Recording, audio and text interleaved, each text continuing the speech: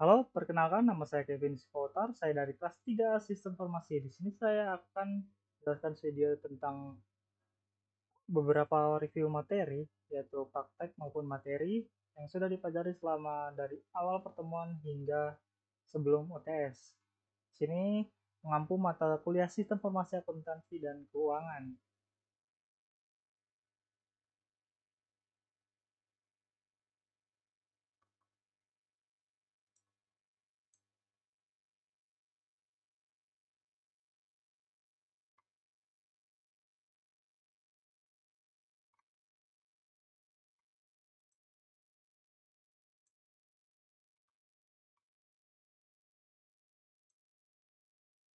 Oke, yang pertama itu kita akan membahas tentang forex. Apa sih itu forex? Forex adalah forex changing atau kita bisa dibilang itu adalah sebuah forex atau pertukaran mata uang di mana kita bisa membeli atau menjual mata uang yang kita inginkan.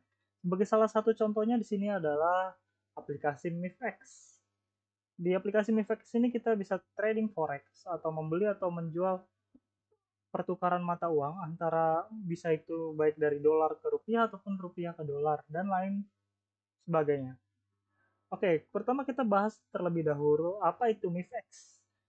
MIFX didirikan pada tahun 2000 ya, atau dengan nama PT Monex Investindo Futures atau bisa disingkat dengan MIFX, yaitu perusahaan pialang berjangka yang memfasilitasi perdagangan forex dan komoditi dengan volume transaksi terbesar di Indonesia.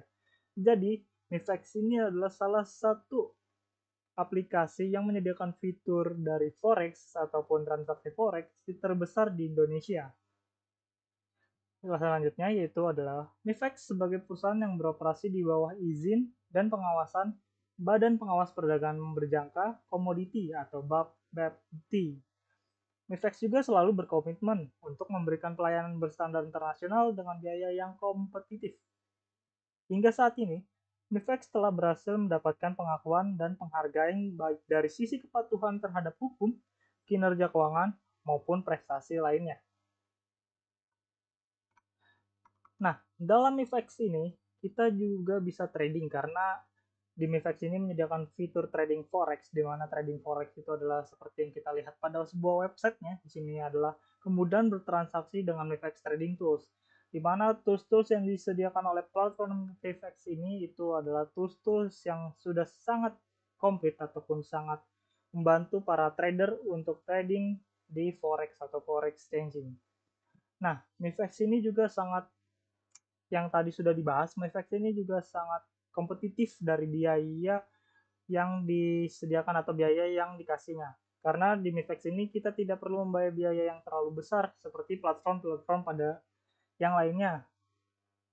Nah, MIFAX ini juga sangat cocok untuk bagi kita trader pemula karena di sini di dalam MIFAX ini juga menyediakan fitur edukasi di mana fitur edukasi ini bagaimana cara memulai trading, terus blog dari MIFAX itu sendiri, terus MIFAX Academy. Nah, di fitur MIFAX Academy ini kita bisa belajar trading mulai dari nol karena di sini MIFAX menyediakan video-video edukasi tentang trading forex. Serta juga ada kalkulator di mana kalkulator ini berfungsi untuk mengkalkulasi dari hasil pembelian ataupun penjualan kita. Selanjutnya ada event dan ebook serta tutorial menggunakan MIFX-nya. Selain itu, MIFX juga memiliki beberapa keunggulan yang penting. Yang pertama itu pembukaan akun cepat dan mudah. Proses verifikasi dan pembukaan akun live dalam waktu kurang dari 24 jam di hari dan jam kerja dengan dokumen yang lengkap. Nah, sebenarnya di MIFX ini kita juga bisa daftar. Kebetulan saya sudah daftar. Di sini saya daftar hanya dengan akun demo. Kalau daftar dengan akun demo itu kita hanya diminta untuk memasukkan alamat email, nomor handphone, serta nama kita. Nah, jika kita ingin buka akun live, kita akan melengkapi biodata lengkap kita atau biodata resmi seperti nomor KTP, foto KTP, dan lain sebagainya. Nah, dalam proses verifikasi pembukaan akun live itu tidak perlu kita menunggu lama-lama. Karena pembukaan akun live itu hanya perlu membutuhkan waktu 24 jam di hari dan jam kerjanya. Keunggulan yang kedua itu deposit dana online yang mudah. karena deposit Anda akan dikonfirmasi dalam hitungan menit setelah Anda melakukan konfirmasi online, di mana MIFEX menyediakan fitur deposit yang sangat cepat dalam memproses verifikasinya. Jika kita deposit ke dalam MIFEX, itu akan diverifikasi oleh MIFEX hanya dalam waktu hitungan menit. Nah, mungkin ada yang bertanya kenapa tidak real time ataupun kita bayar, kita depo ke MIFEX langsung muncul di akun MIFEX-nya. Itu disebabkan karena perbedaan mata uang, karena di MIFEX ini kita menggunakan dolar USD. Jadi jika kita transfer ataupun depositnya dalam bentuk rupiah, itu akan dikalkulasi atau akan dipindahkan dulu mata uangnya, dikalkulasi ke dalam dolar.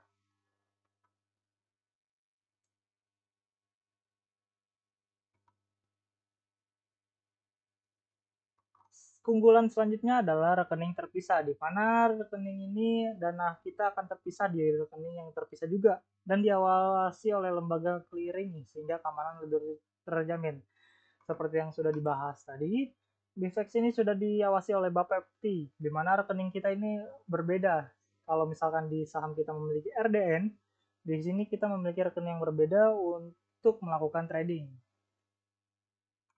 Keunggulan selanjutnya yaitu trading bebas delay, di mana kita tidak akan delay dengan platform lainnya maupun dengan sinyal ataupun sinyal dari trading forex di dunia gitu. Karena di sini dengan infrastruktur teknologi berstandar nasional, kita dapat trading lebih cepat dengan akuisisi pasar tanpa requote dan delay harga. Nah, di MIFEX ini di mana chart maupun harga yang diberikan nanti itu merupakan real time data yang ada di dunia, karena di mana platform-platform lain ataupun chart serta data-data lain itu akan menjadi satu, di mana forex itu sendiri akan menjadi satu. Seperti halnya kalau misalkan kita di saham itu ada yang namanya IDX, di mana IDX itu adalah sebuah platform ya kan, untuk saham seperti itu. Selanjutnya itu kita ada penarikan di hari yang sama. Nah, di dalam penarikan di hari yang sama kita juga ada batas jam tertentu. Jadi kita kalau misalkan kita mau withdraw, kita memiliki jam-jam tertentu yaitu jam-jam kerjanya. Nah, kita bisa menarik dana yang kita punya di dalam akun atau akun balance kita, di mana akun di dana balance kita bisa tarik ke rekening kita, di mana rekening kita itu bukanlah rekening yang terpisah tadi, melainkan rekening pribadi kita. Selanjutnya yaitu layanan dan bantuan.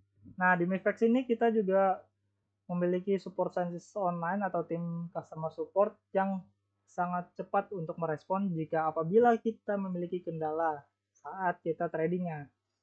Selanjutnya yaitu adalah relationship manager, di mana untuk akun dengan ukuran tertentu kita dapat mendapatkan relationship manager yang akan dapat dihubungi untuk bantuan seputar MIFEX.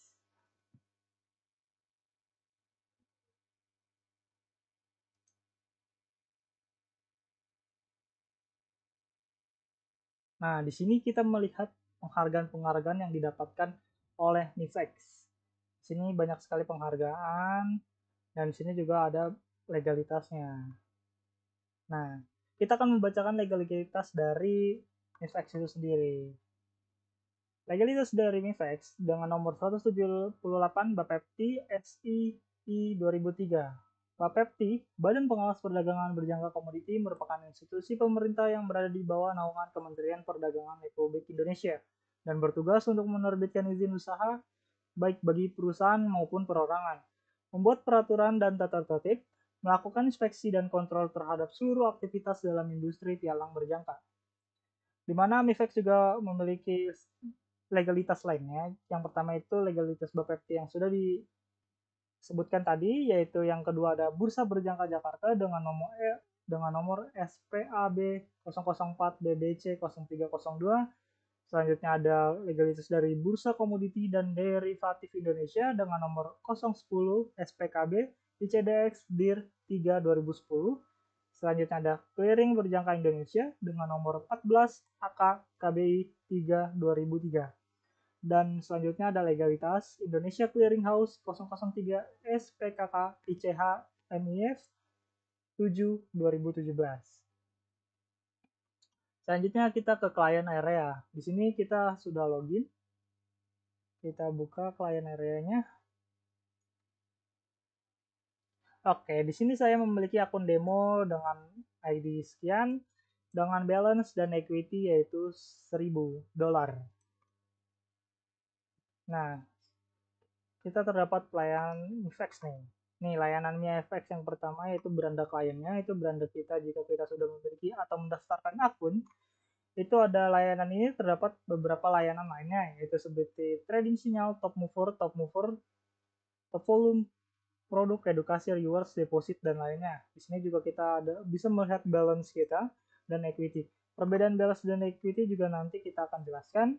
Selanjutnya ada deposit, tarik dana, dan overbook. Pada beranda klien ini kita dapat melihat layanan-layanan lainnya, di mana layanan ini adalah khusus bagi para pengguna yang sudah mendaftarkan akun pada MiFX. Di sini terdapat beberapa layanan yang dapat digunakan oleh pengguna dan dapat digunakan untuk mempermudah pengguna untuk melakukan transaksi forex. Pada layanan ini terdapat ringkasan balance dan equity yang kita punya, di mana pada gambar kita bisa menunjukkan balance dan equity yang kita miliki. Selanjutnya kita ada layanan deposit.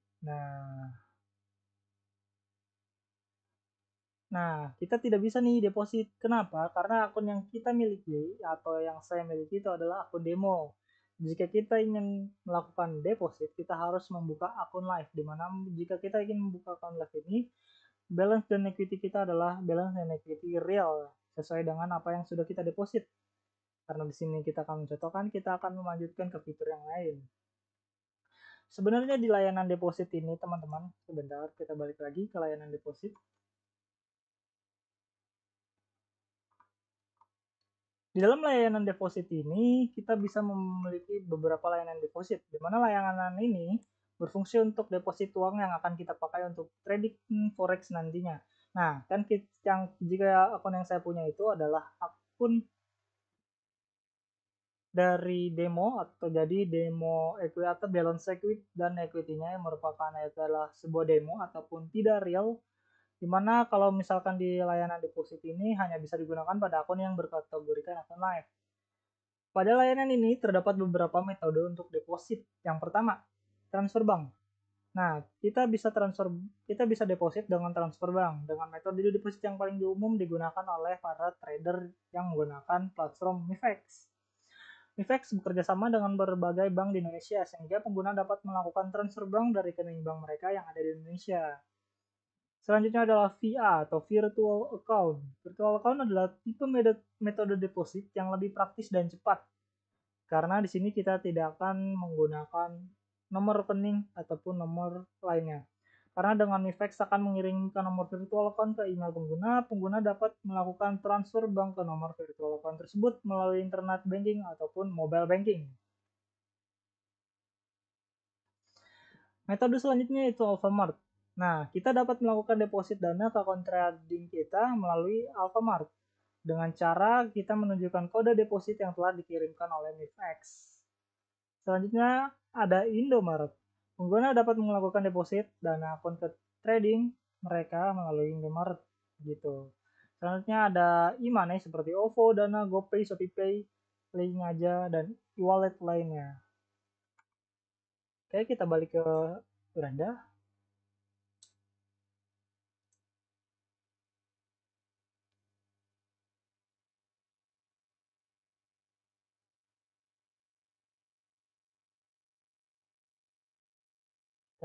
Kita selanjutnya ke tarik dana atau withdraw. Nah, sama dengan fitur deposit, di mana layanan tarik dana ini adalah untuk kita menarik dana yang terdapat pada akun live. Di mana layanan ini akan menarik dana balance yang terdapat pada akun MiFX kita dan akan dicarikan ke dalam metode yang kita pilih nantinya. Nah, di dalam layanan tarik dana ini, kita juga harus membuka akun live karena kita akan menarik balance sesuai dengan apa yang sudah dideposit ataupun kita setelah kita mendapatkan keuntungan dari trading forex. Kita balik, kita selanjutnya akan ke layanan trading sinyal. Nah, di sini ada disclaimer, kita disclaimer saja. Nah, di dalam fitur trading sinyal ini, MIFX menyajikan daftar trading signal dengan performa terbaik yang dapat kita gunakan sebagai referensi ketika akan bertransaksi di pasar forex. Pada layanan ini, kita dapat melihat peluang trading yang dibuat oleh analisis MIFX. Di sini ada beberapa chartnya. Misalkan kita pencet salah satunya yaitu USD chart. Nah, di sini kita juga bisa melihat pergerakan hari ini. Pergerakan hari ini itu dengan quantity 0,1 lot itu kita sudah akan mendapatkan ataupun naik sebesar 7,70 dolar dengan bid price-nya itu sebesar 1,3 dengan express-nya itu sekian. Di trading signal ini, MIFX terdapat beberapa informasi yaitu total trade selama 7 hari, profit signals, average, profit dan loss. Ini kita lihat sini, profit dan loss. Selanjutnya ada total trades, professional, dan average profit.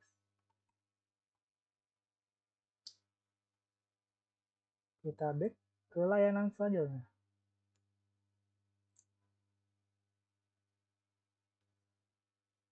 Layanan selanjutnya itu ada top mover. Nah, di dalam fitur top mover ini daripada MIFX adalah sebuah fitur yang menampilkan produk-produk dengan pergerakan harga terbesar pada hari ini. Nah, jadi di sini kita bisa melihat semua aja top mover dari beberapa forex pada hari ini. Dimana pada top mover ini setiap harinya akan up to date sesuai dengan pergerakan pasar.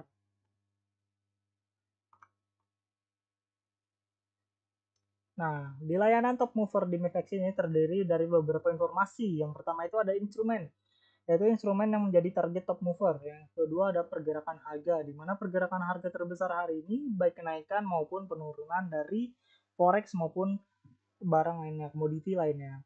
Serta ada potensi profit atau kerugian yang dapat diperoleh trader jika membuka posisi trading pada instrumen tersebut.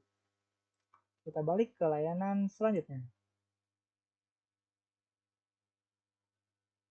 Layanan selanjutnya adalah top volume.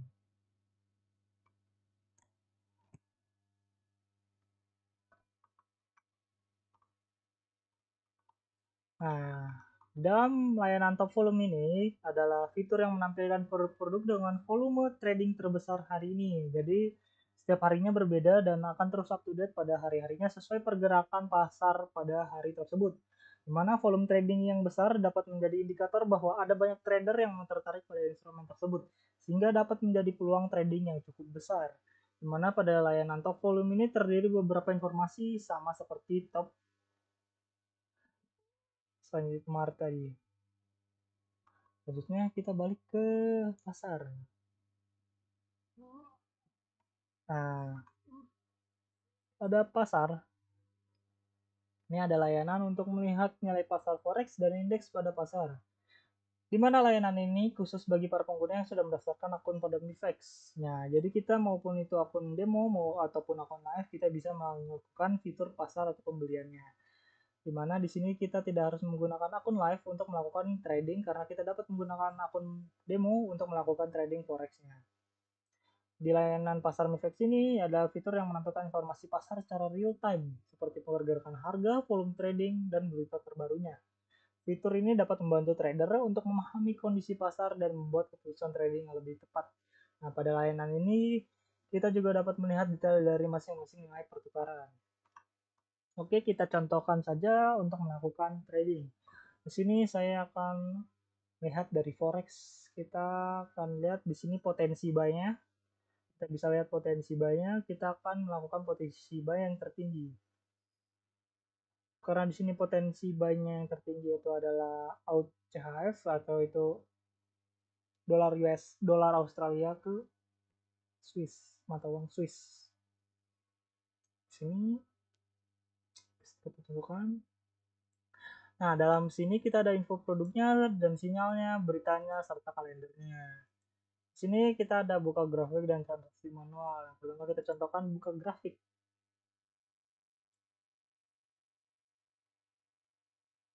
Nah, di dalam buka grafik ini kita bisa melihat nih grafik dari pergerakan di sini pergerakannya selama 30 menit terakhir. Pergerakan 30 menit. Di sini juga kita bisa melakukan hal-hal lainnya. Kita bisa melakukan trading, kita bisa melihat dari data-data sebelumnya, tapi di sini kita datanya itu selama 30 menit. Di sini apakah ada pergerakan juga kita tidak tahu. Kita balik. Di sini juga beberapa ada indikator-indikator untuk trader trading lainnya. Di sini ada indikator, di sini ada candles, itu ada candles semua. Nah, di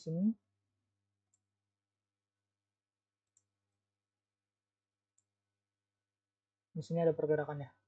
Selanjutnya kita akan lakukan tradingnya. Oke, selesai. Kita akan coba beli 0,5 lot sebesar 0,5 lot. Take profit, kita take profitnya itu di sini kita bisa melihat bahwa Mifex menyediakan fitur kita akan take profit di mana berarti itu akan terjual otomatis. Kita akan jual agar dia plus sekitar 5 dolar. Dengan stop loss kita akan minus di sekitar 3 dolar. Jika 3 dolar lebih sekitar 3 dolar kita akan selanjutnya kita akan membuat indikator di mana indikator ini bisa kita pakai, di mana indikatornya itu adalah max index biasanya. Max index. Oke. Sudah dipakai. Di sini ada max index. Kita tunggu pergerakannya, ada batas untungnya, di sini ada batas ruginya. Di sini sabar. Kita akan menunggu. Kita menunggu chartnya terlebih dahulu. Oke, sudah ada batas rugi. Kita order sekarang. Kita sudah order dengan balance dan equity-nya sudah. Nah, di sini kita akan minus 9 dolar karena kita beli di harga entry 0,0 sekian dan sekarang harga 0,5749.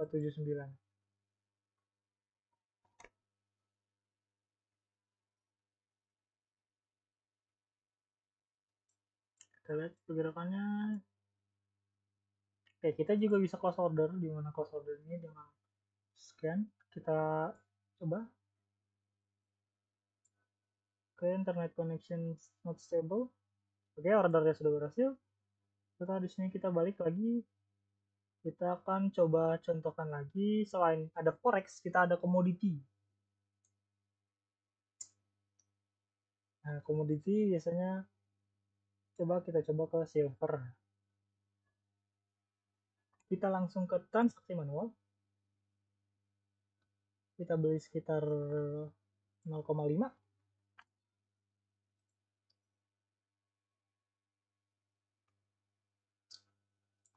Pergerakannya kita ubah ke 1 menit.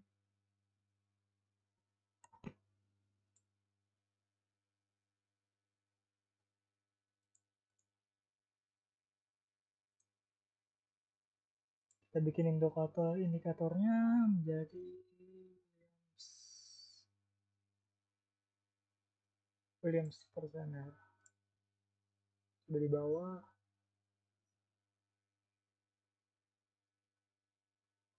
Kita juga bisa bikin line-nya.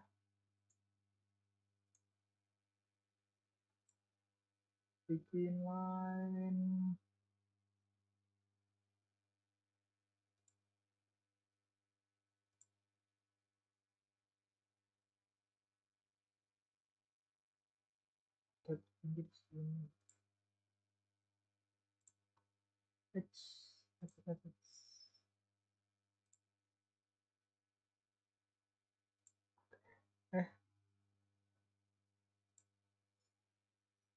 Oke, ini kita ubah warnanya jadi warna merah.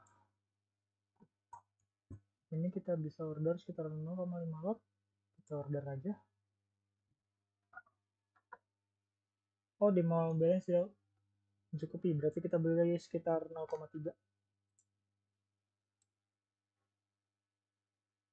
Oke, berhasil. Ini $31. Ini kita ada profit loss-nya, total profit loss-nya. Kita balik lagi. Kita ke commodity. Kita ke silver dan kita pantau lagi transaksi manual.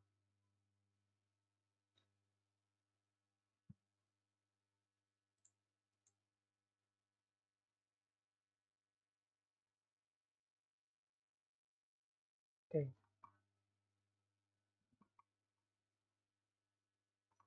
Selanjutnya jika kita sudah, kita bisa kembali ke order.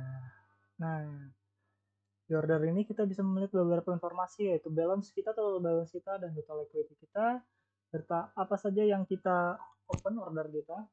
Dimana di sini contohnya saya sudah membeli silver dengan komoditi silver dengan total profit atau loss yaitu minus $18 dengan harga entry saya itu 22,323 dengan harga saat ini 22,312 sekitar turun 0,014.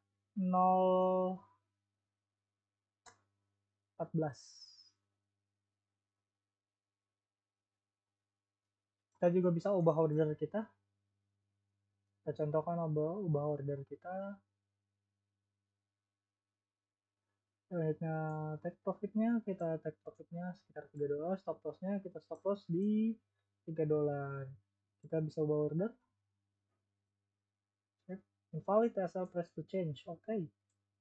Stop loss karena kita sudah loss $13 atau sekitar $16. Kita juga bisa close order dengan, nah kita di sini tutup dengan loss order. Kita bisa transaksi selesai dan selesai. Order kita bisa ditutup, berarti kita tidak memiliki apapun yang di order. Kita juga bisa melihat riwayat transaksi kita. Nah, di sini saya pernah beberapa beli. Di sini kita membeli silver sekitar, wow, minusnya sangat banyak. Nah, selanjutnya kita bisa ke beranda dan kita melihat demo balance kita sudah berkurang, yang tadinya $1.000 sekarang menjadi $974,46.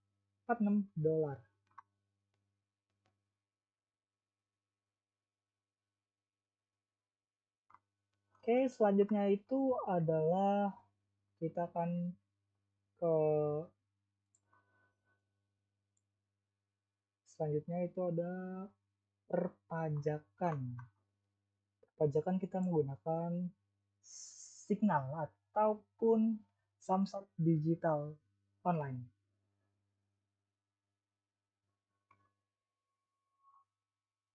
Nah, Samsat Digital Nasional atau Signal itu adalah layanan jaringan elektronik yang diselenggarakan oleh tim pembina Samsat Nasional untuk pembayaran dan pengesahan tahunan secara online pajak kendaraan bermotor SWDK LLJ atau sumbangan wajib dana kecelakaan lalu lintas jalan yang dapat dilakukan secara nasional melalui aplikasi layanan mobile.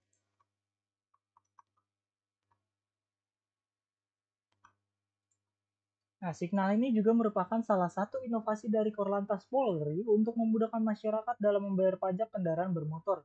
Dengan Signal, kita tidak perlu lagi datang ke kantor Samsat untuk membayar pajak kendaraan bermotor. Cukup dengan menggunakan aplikasi Signal, kita dapat melakukan pembayaran pajak kendaraan bermotor secara mudah dan cepat karena akan dilakukan secara online. Nah, kita juga pasti bertanya-tanya, legalitas dari aplikasi Signal ini apakah sudah diberi legalitas atau belum?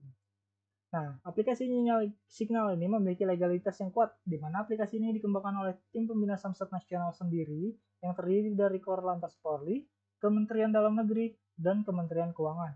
Aplikasi ini juga telah mendapatkan izin dari OJK untuk melakukan transaksi pembayaran pajak kendaraan bermotor secara online. Di mana berikut adalah beberapa dasar legalitas dari aplikasi Signal. Oke, kita bisa lihat sini di informasi. Ini beberapa informasi ya. balik. Di mana legalisasinya yang pertama, Peraturan Pemerintah Nomor 60 Tahun 2016 tentang penerimaan negara bukan pajak. Peraturan ini mengatur tentang penyelenggaraan layanan pembayaran pajak kendaraan bermotor secara elektronik. Yang kedua, Peraturan Kapolri Nomor 5 Tahun 2020 tentang pembayaran pajak kendaraan bermotor secara elektronik. Peraturan ini mengatur tentang penyelenggaraan layanan pembayaran pajak kendaraan bermotor secara elektronik oleh Korlantas Polri.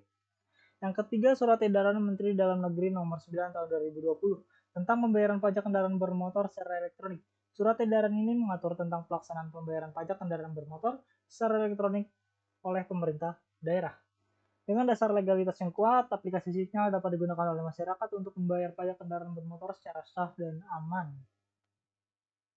Selanjutnya itu adalah fitur-fitur dari aplikasi Signal. Kita ke beranda dulu. Oke, udah. Fitur yang pertama, pembayaran pajak kendaraan bermotor secara online, di mana fitur ini memungkinkan kita sebagai masyarakat untuk membayar pajak kendaraan bermotor tanpa perlu datang ke kantor Samsat dan ngantri lagi. Karena pembayarannya cukup dengan melalui aplikasi Signal dan mengisi beberapa informasi data, kita sudah bisa membayar pajak motor. Kedua, penerapan sistem keamanan yang ketat. Di aplikasi Signal ini menerapkan sistem keamanan yang ketat untuk melindungi data pribadi pengguna. Yang selanjutnya itu adalah pemantauan dan evaluasi secara berkala. Aplikasi Signal dipantau dan dievaluasi secara berkala oleh tim pembina Samsat Nasional untuk memastikan keamanan dan kenyamanan penggunanya. Nah, di sini aplikasi Signal itu dilakukan yang namanya maintenance secara berkala, teman-teman. Jadi kita tidak perlu khawatir dengan keamanan dan kenyamanan penggunanya.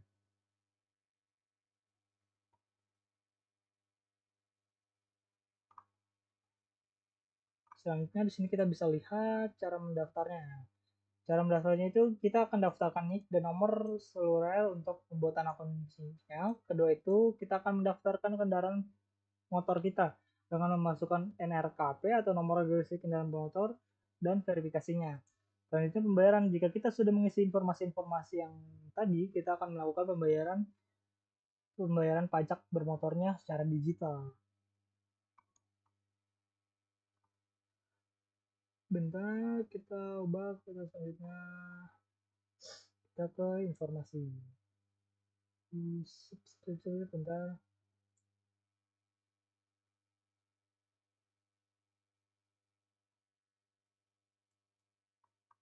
Nah, di dalam fitur aplikasi Signal ada apa aja sih? Yang pertama, informasi pajak kendaraan bermotor atau PKB dan SWDK-LLZ.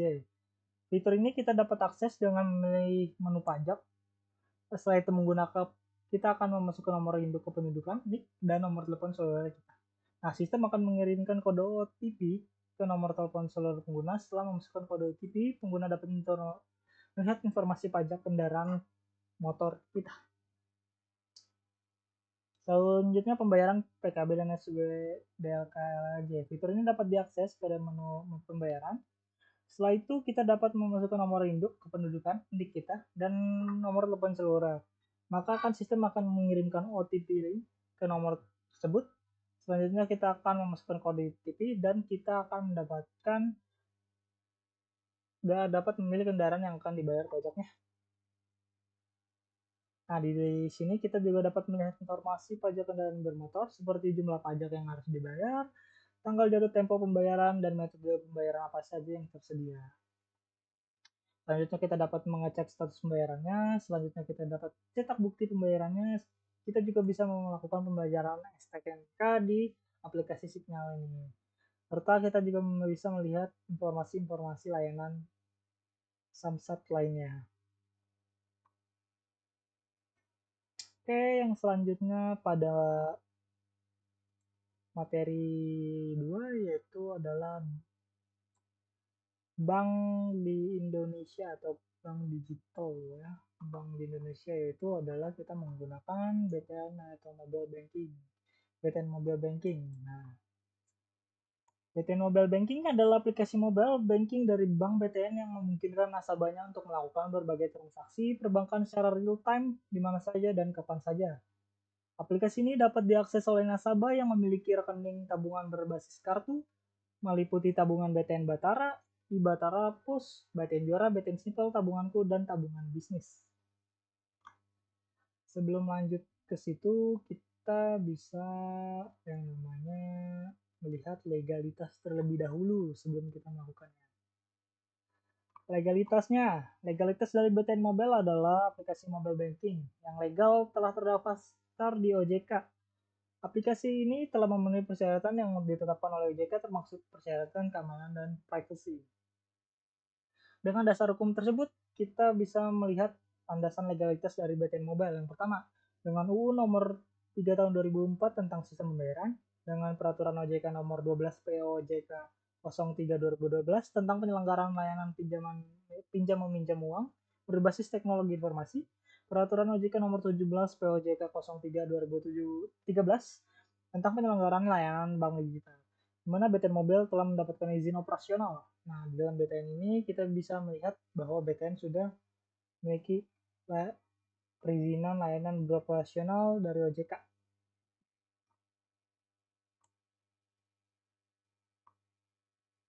Selanjutnya, pasti keunggulan dari BTN Mobile. Nah, keunggulan dari BTN Mobile dari mobile banking lainnya yang pertama praktis dan nyaman. Karena BTN Mobile dapat diakses 24 jam per 7 melalui smartphone atau handphone kita, sehingga kita ataupun nasabah dapat melakukan transaksi perbankan kapan saja dan di mana saja. Selanjutnya, aman dan terjamin. Di mana BTN Mobile telah dilengkapi dengan fitur keamanan yang canggih seperti verifikasi transaksi melalui PIN, kode OTP, dan sidik jari. Selanjutnya fiturnya lengkap. BTN Mobile menyediakan fitur-fitur lengkap seperti micro tagihan, terus transfer ke rekening, transfer sesama rekening maupun ke terus sama rekening lainnya. Selanjutnya mudah digunakan dan bebas biaya.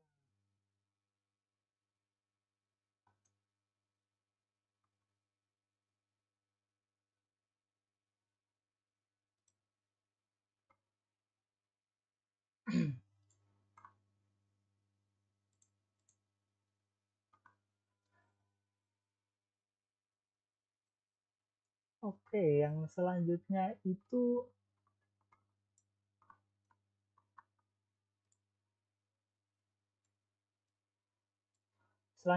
ada pembayaran elektronik atau layanan bank digital nih. Nah, layanan bank digital yang pertama yang kita akan bahas ataupun yang akan kita gunakan adalah Bank Jago.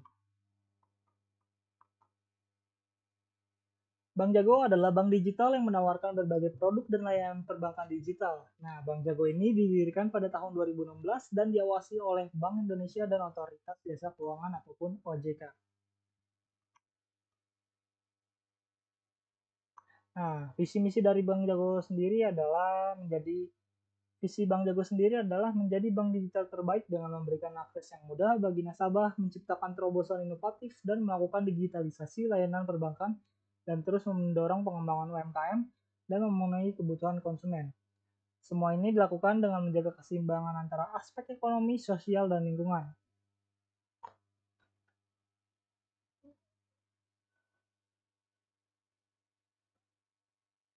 Nah, dengan misi Bank Jago, sejalan dengan penerapan prinsip keberlanjutan yang selaku mendukung keselarasan antar bisnis dan operasi dengan aspek lingkungan, sosial, dan tata kelola ESG. Fokus Bank Jago adalah pada segmen menengah dan bawah atau middle dan mass market, sejalan dengan tujuan keuangan berkelanjutan dan mendukung pencapaian tujuan pembangunan berkelanjutan atau SDG.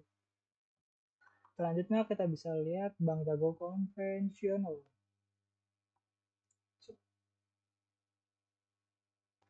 Nah, di Bank Jago konvensional ini ada produk dan layanan Bank Jago, di mana ada pertama tabunganku. Sebentar. Ini ada tabunganku. Baik. Di mana tabunganku ini adalah deskripsi produk-produknya, yaitu adalah produk tabunganku adalah produk untuk perorangan dengan persyaratan mudah dan ringan yang diterbitkan secara bersama oleh bank-bank di Indonesia guna membutuhkan budaya menabung secara meningkat kesejahteraan masyarakat. Rekening produk tabunganku dapat diakses melalui cabang pembuka rekening. Informasi transfer rekening dapat dilihat oleh nasabah melalui e-statement laporan keuangan elektronik. Fitur utama dari tabunganku itu saldo dengan saldo minimum 20.000 dengan tingkat bunga peminjaman mengikuti LPS yang berlaku, dengan suku bunga tabungan mengikuti ketentuan suku bunga tabungan yang berlaku. Serta tabunganku memiliki resiko, di mana resikonya itu terkait suku bunga, di mana kenaikan suku bunga di pasar tidak langsung disesuaikan pada suku bunga simpanan. Tabungan tidak dijaminkan oleh LPS apabila yang pertama, nominal saldo rekening melebihi 2 miliar, yang kedua, suku bunga melebihi bunga peminjaman LPS, yang ketiga, resiko yang disebabkan penyalahgunaan kartu ATM, PIN ATM, ataupun gagal koneksi jaringan ATM.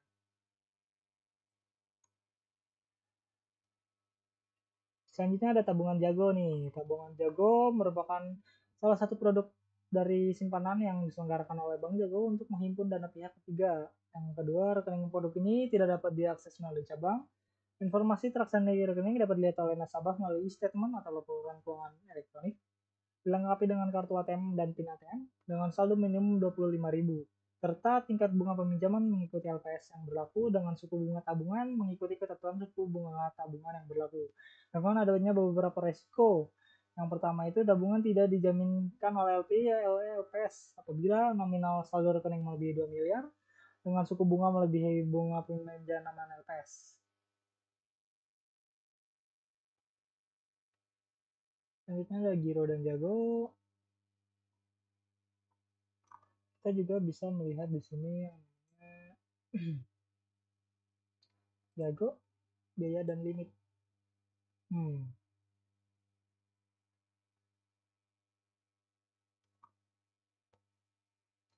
Dan di sini ada beberapa biaya dan limit.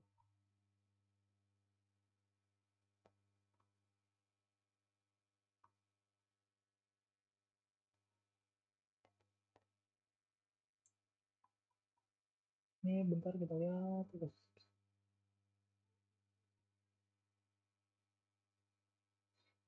Jago juga memiliki ekosistem dan partnernya, di mana ekosistem adalah kekuatan Jago membuat kita selangkah lebih jago. Nah, di sini juga ada partner utama dari Jago yaitu GoPay, Bibit, Stockbit, Credit Winter, dan Gobis.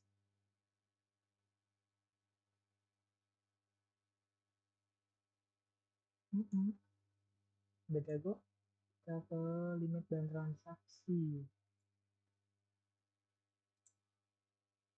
Nah, di dalam biaya ini kita bisa melihat jika kita membuat akun biaya Jago konvensional, kita membuka rekeningnya dengan biaya gratis, biaya administrasi bulanannya gratis, saldo awal pembukaan rekening gratis dengan biaya akun dorman atau tidaknya atau di bawah 18 bulan gratis. Terus transfer ke sesama Jago gratis, ke Airtol atau BIFAS itu dengan biayanya masing-masing. Selanjutnya ke rekening bank lain atau SKN 2019 per transaksi, ke rekening dengan RTGS 25.000. Selanjutnya dengan ada beberapa lainnya.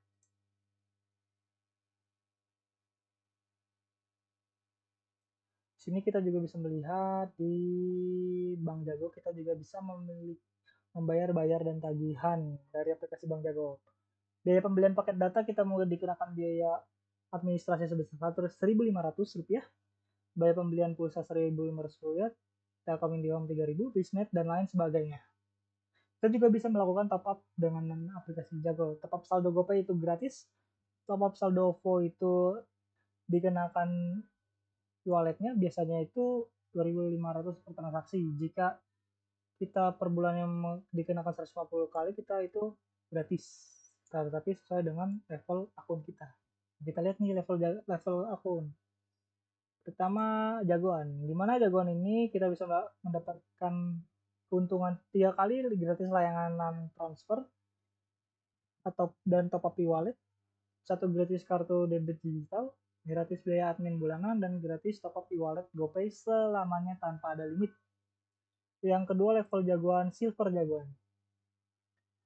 Di silver jagoan ini kita mendapatkan keuntungan gratis transfer dan top up e-wallet sebanyak 25 kali per bulan, gratis tarik tunai di ATM sebanyak 3 kali, gratis kartu debit digital, gratis kartu debit fisik sekali, gratis biaya admin bulanan, dan gratis top up e-wallet GoPay selamanya. Selanjutnya ada gold jagoan.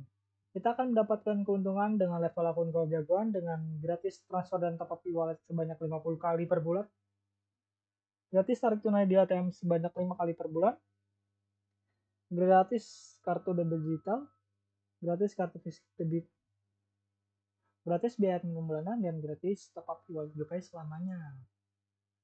Nah, yang level akun terakhir yaitu adalah platinum jagoan, dimana kita akan mendapatkan gratis transfer dan top up e-wallet sebanyak 150 kali per bulan, gratis tarik tunai di ATM 10 kali per bulan, gratis kartu debit digital 3, gratis kartu debit fisik 3, gratis admin biaya bulanan, dan gratis top up e-wallet.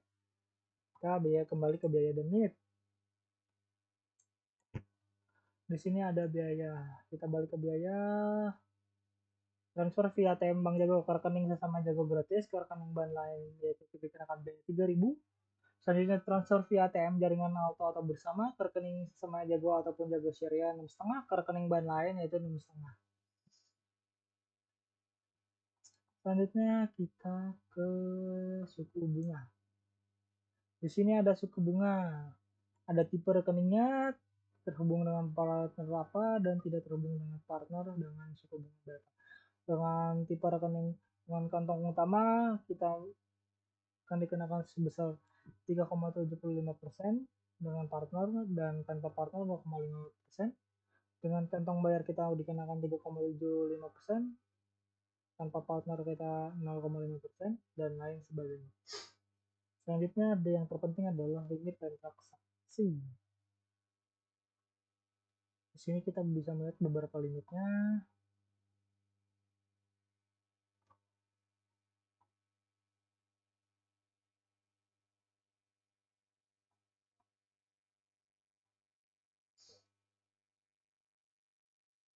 Kirim uang dan top up e-wallet dari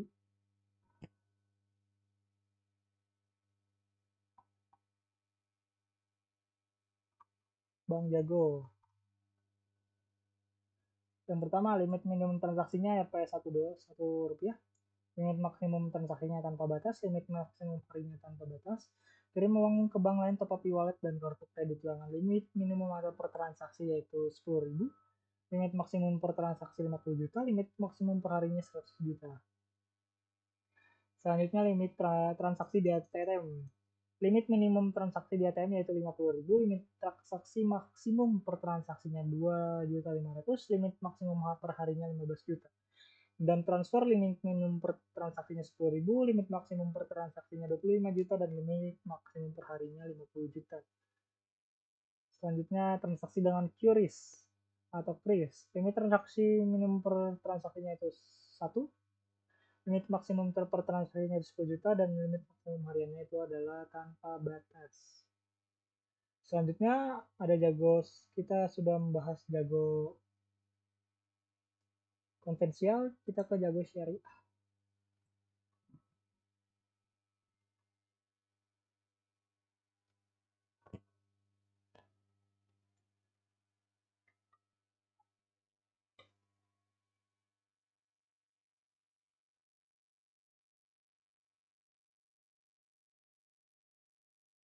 Nah, di dalam Jago Syariah ini transaksi ataupun lainnya diatur dengan sesuai fatwa DSN MUI dan disupervisi oleh Dewan Pengawas Syariah atau DPS. Yang pertama itu ada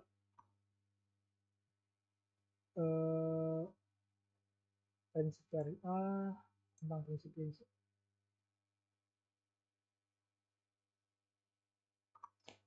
Seperti yang pertama itu ada dengan akad wadiah yat damana. Transaksi dengan akad wadiah yat damana, nabung uang sekaligus nabung berkas yang mana? Dimana uang yang kita tabung sifatnya titipan, bisa diambil kapanpun yang kita mau.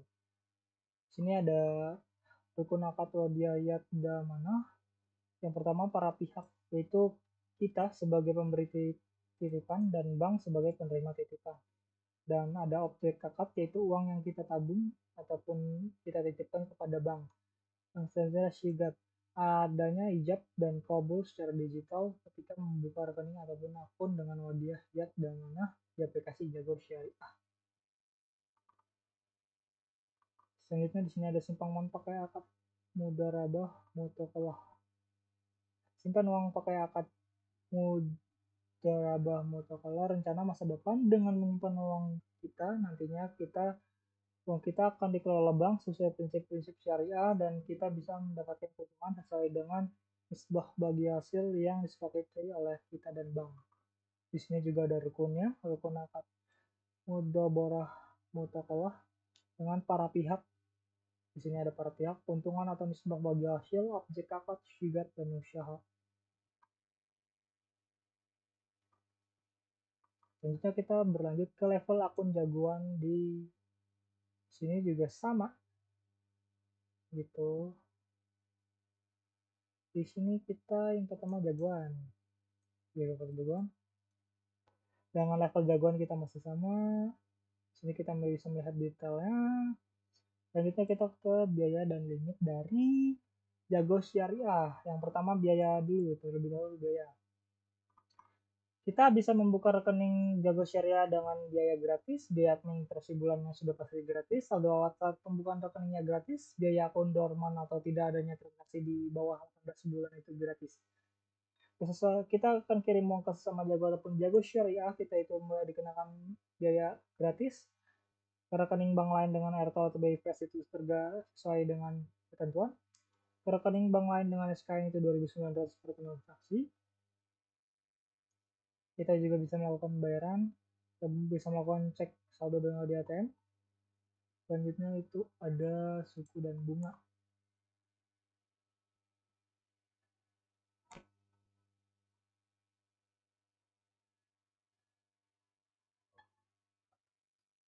Sini ada suku dan bunga di jago syariah.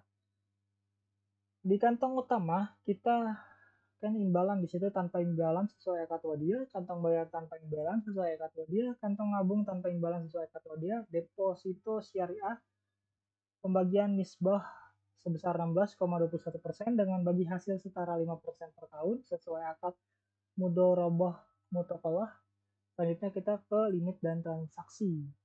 Sini kirim uang ke jago ataupun jago syariah dengan limit minimum per transaksi itu sebesar Rp1, limit maksimum per transaksi itu tanpa batas, limit maksimum per harinya itu tanpa batas.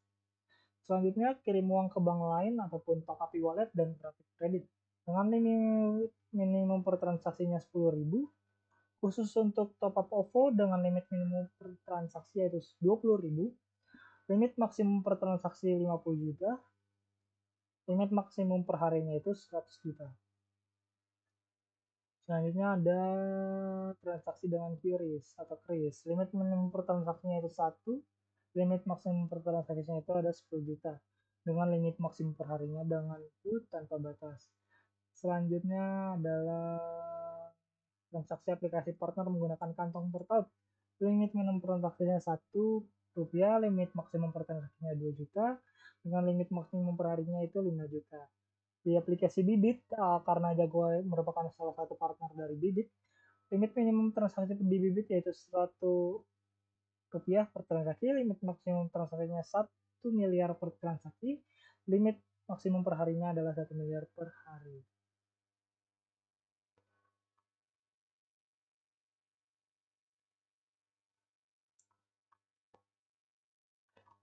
Itu merupakan review dari materi dari sistem pembayaran elektronik dan sistem pembayaran elektronik dengan yaitu layanan fintech dan bank digital, di mana kita bank digital menggunakan Jago dan fintech menggunakan selanjutnya. Selanjutnya itu ada fintech. Dengan fintech kita menggunakan yang namanya bank Jago atau maaf, fintech kita menggunakan aplikasi GoPay ataupun fintech GoPay. Nah, ini GoPay.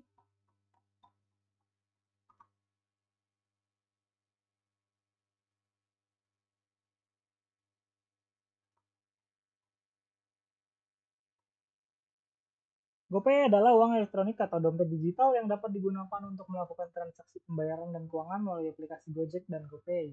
GoPay dapat digunakan untuk membayar berbagai layanan Gojek seperti GoRed, GoCar, GoFood, GoSend, GoMart, dan GoClean.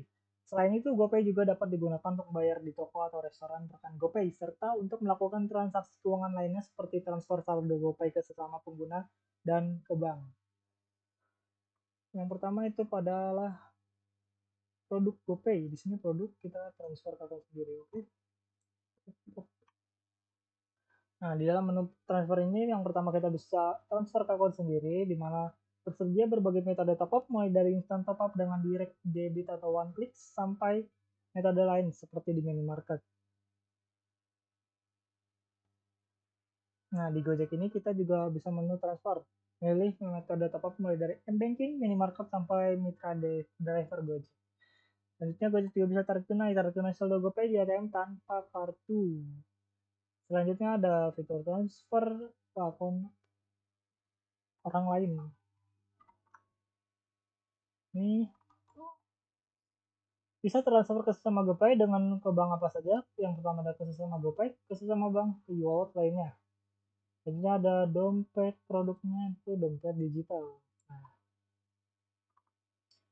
dompet digital yang pertama ada GoPay Saldo dengan top up mulai di mana saja. GoPay Saldo bisa kita lihat berbagai transaksi atau kita gunakan sebagai berbagai transaksi.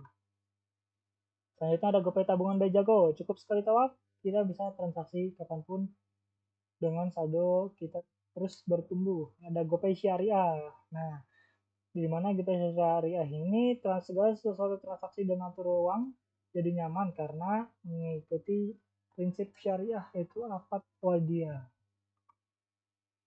Selanjutnya ada GoPay Coins. Nah, di mana GoPay Coins ini sistem poin reversal dalam bentuk cashback yang kita dapatkan dari mitra ataupun partner GoPay. Selanjutnya ada GoPay Later, bisa mengenai apapun sekarang dan bayarnya nanti. Serta metode lainnya dan laporan keuangan. Selanjutnya ada produknya yaitu bayar.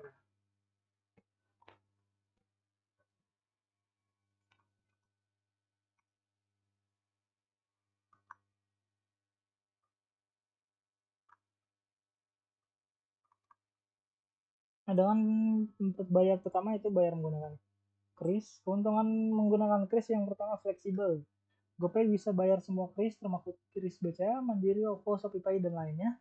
Kris barcode di Minimart seperti Alfamart, Indomaret, Lawson, dan sejenisnya. Selanjutnya itu selain pembayaran kris, tidak seperti yang lainnya, pakai GoPay juga akan memudahkan pembayaran di berbagai macam sistem lainnya seperti pembayaran parkir, pembayaran online di berbagai aplikasi dan website, pembayaran e-commerce, dan ride hailing dan food delivery. Yang kedua itu adalah keuntungannya gampang, karena dengan pembayaran kris, GoPay terbukti merupakan cara yang tercepat dibanding aplikasi atau bank e-wallet lainnya. Selanjutnya itu adalah pinjaman. Produknya itu pinjaman. Yep.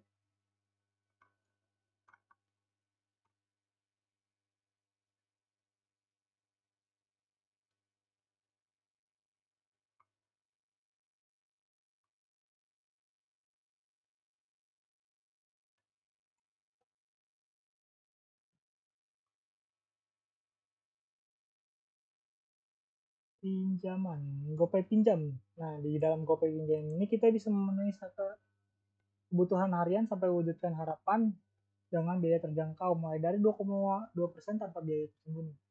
Kenapa kita harus menggunakan GoPay pinjam? Yang pertama, keuntungannya adalah aktivasinya gratis dan mudah. Limit pinjamannya sampai 15 juta dan transparan tanpa biaya tersembunyi. Selanjutnya ada GoPay Later, di mana GoPay Later ini bisa ringan dengan pesan GoFood hingga belanja kebutuhan lainnya dengan GoPay Later. Keuntungan GoPay Later adanya daftarnya simpel, pilih limitnya sendiri, transparan dan tanpa biaya tak terduga. Cara aktivasinya itu gampang. Ambil foto IKTP, selfie dengan IKTP, dan isi data pribadi serta proses verifikasi selanjutnya.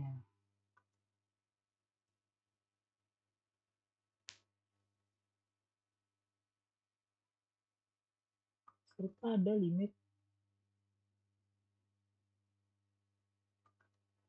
limit saldo GoPay, di mana limitnya itu adalah saldo GoPay dengan saldo GoPay belum ke upgrade ke premium, akun GoPay bisa sampai 2 juta termasuk saldo dari top up transfer, teman, cashback, dan sebagainya.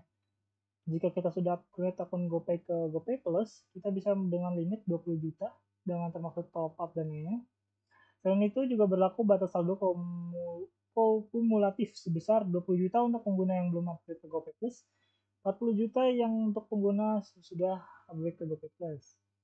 Batas saldo kumulatif adalah batas maksimal dari total akumulasi saldo GoPay yang pengguna terima dari semua transaksi, top up, transfer, cashback, dan lain sebagainya. Di setiap bulannya, batas ini akan otomatis diatur ulang reset pada setiap tanggal 1 bulannya. Selanjutnya ada merchant. Sini ada merchant. Sip. Merchant GoPay. Keuntungan menjadi GoPay merchant yang pertama, kris, pembayarannya mudah, terima bayar melalui kode QR untuk pengaman transaksi yang mudah dan lebih lancar. Transaksi lebih cepat, mengurangi resiko penggunaan uang tunai dengan adanya laporan, di mana di dalam laporan ini kita bisa melihat informasi komprehensif, analisis terpadu, serta pelaporan yang mudah. Serta ada fitur kelebihan yaitu audiens, tingkatkan visibilitas, pilih skema promosi menarik, peluang tumbuh bisnis. Ada nih namanya ekosistem.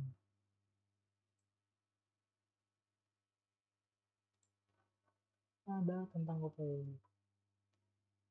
Sini ada ekosistem GoPay. GoPay menyediakan akses ke layanan keuangan yang aman dan mudah, serta mendukung bisnis berbagai skala untuk tumbuh. Sama bagi bisnis Mitran, solusi transaksi pembayaran online, buka aplikasi kasir online, Go model ada pinjaman modal usaha untuk merchant GoPay. Selanjutnya bagi konsumen, GoPay ada layanan keuangan digital, GoPay Later layanan pinjaman cicilan, GoPay pinjam layanan pinjaman tunai, Go tagihan layanan bayar tagihan bulanan, Go investasi platform investasi emas dan reksadana, Go Share adalah layanan produk asuransi terpercaya. Fitur GoPay. Di dalam fitur GoPay ada halaman akun dan keamanan dapat diakses dari icon profil di kiri kanan atas. Kita bisa lihat dengan melihat, kita bisa lihat ke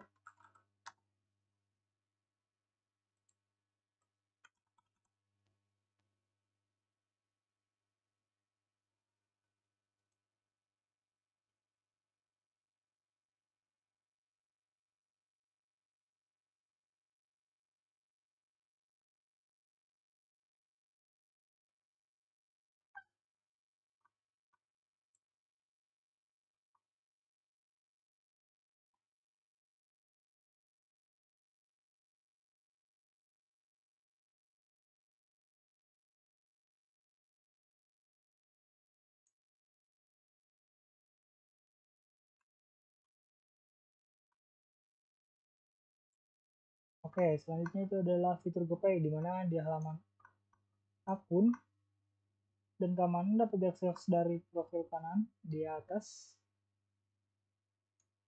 Nih. Selanjutnya ada metode pembayaran, itu dapat melihat saldo GoPay. Saldo GoPay kita dapat melihat saldo GoPay kita. Kita bisa melakukan transaksi dan lainnya. Selanjutnya ada fitur berisi transfer, di sini berisi transfer. Di sini transfer, kita bisa transfer terus ke menu pembayaran mendatang, tagihan dari komunikasian, transaksi terkini, dan kartu promosi.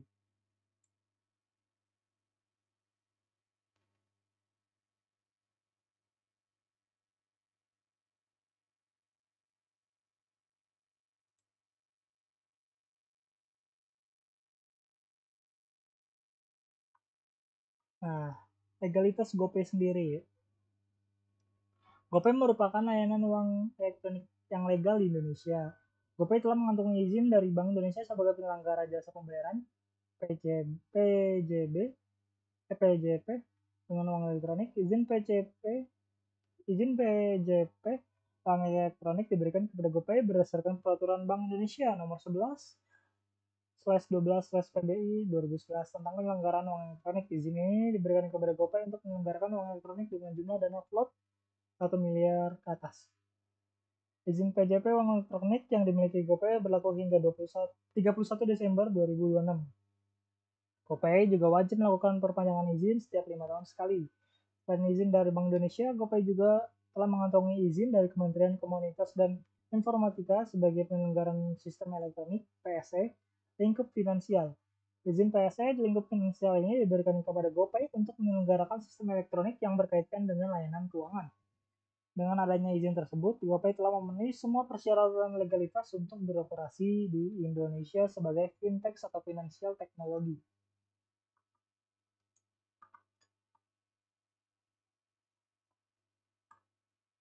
Sekian merupakan adalah penjelasan dari sistem pembayaran elektronik dengan meninjau layanan bank digital, yaitu Bank Jago, dan layanan fintech yaitu GoPay.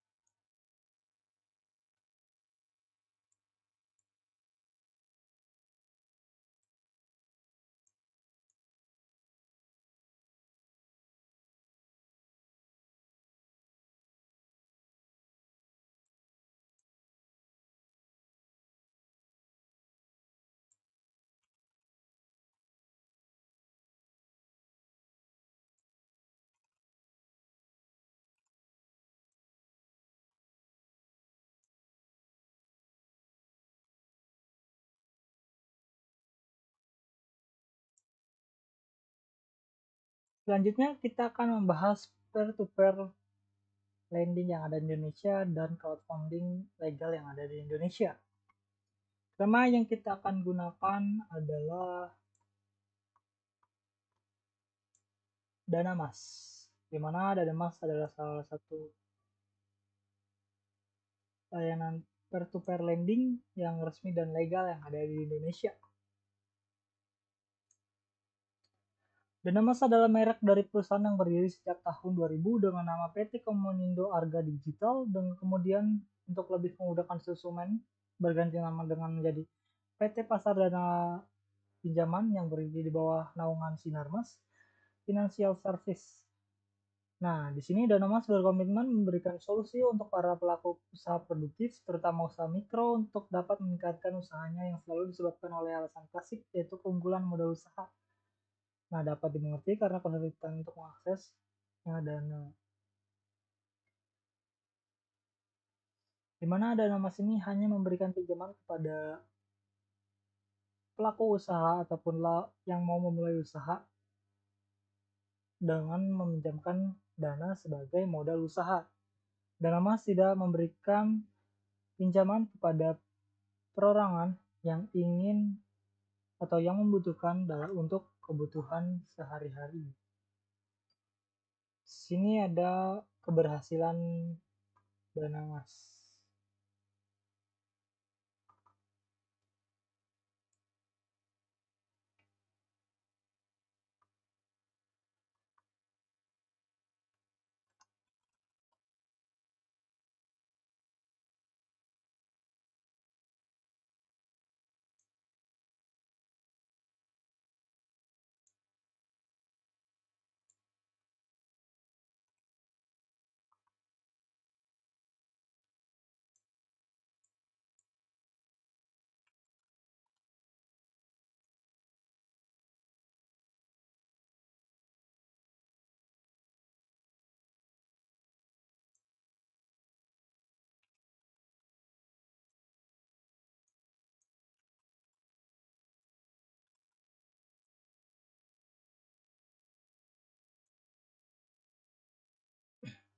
Di sini kita bisa lihat ada keberhasilan dari dana mas. Yang kita lihat keberhasilan dari dana mas. Jumlah pinjaman terrealisasi dana mas itu sebesar 2 juta, sebanyak 2.693.885 rupiah. Toh, dengan pinjaman terrealisasi sebanyak 11 miliar 519 juta 803.000 dengan jumlah pinjaman lunas sebesar dengan total 2.327.739 dengan total pinjaman lunas sebanyak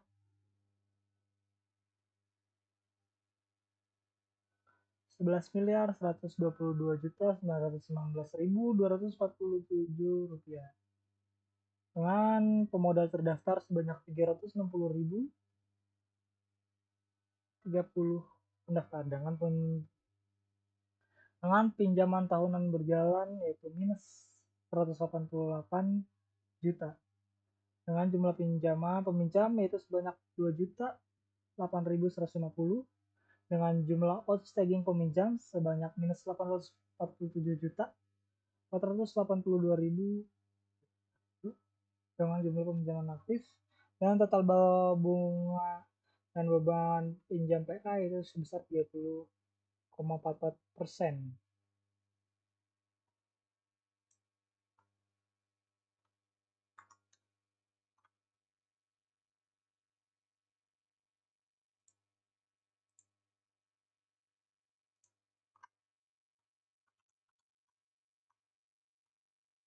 Selanjutnya ada produk dan keuntungan dana mas.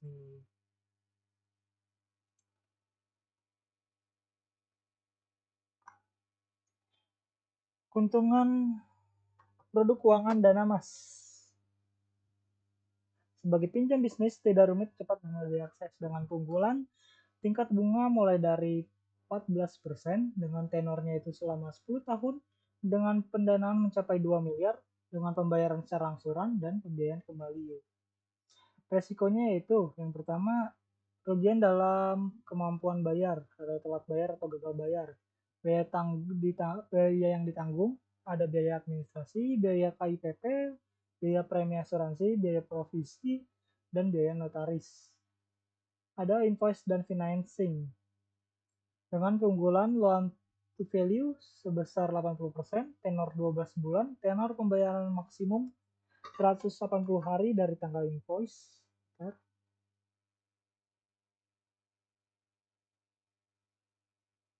Peminjaman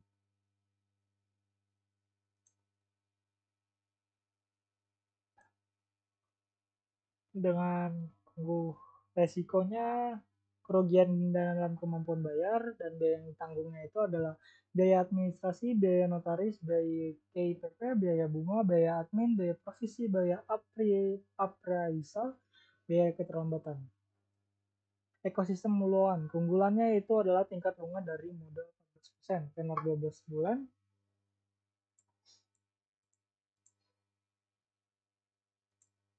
bentar di sini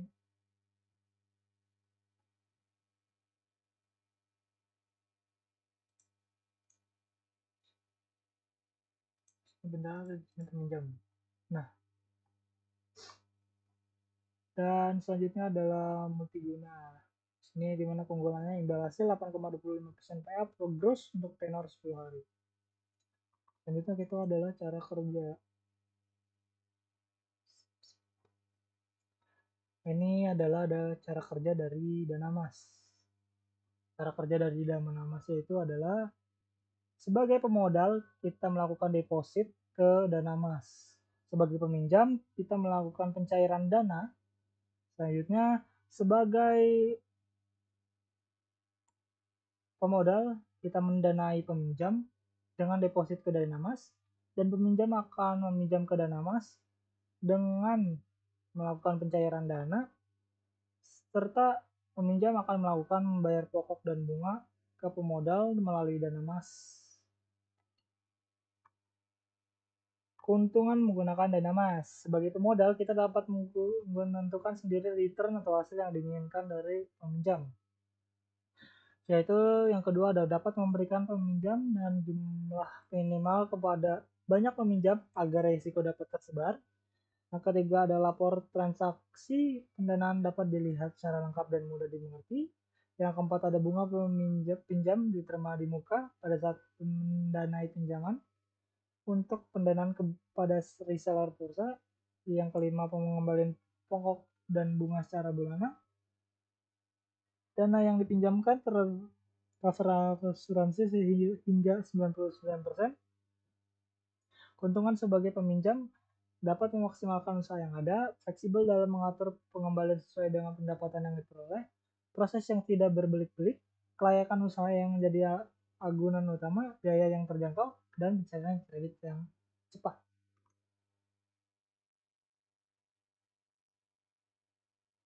Sini ada mitra dana mas. Mitra dana mas yang pertama ada bidang bank Sinarmas, aset manajemen Sinarmas, asuransi Simas Insurtech, asuransi Simas Jiwa, Yosons, Narindo, dan Traveloka.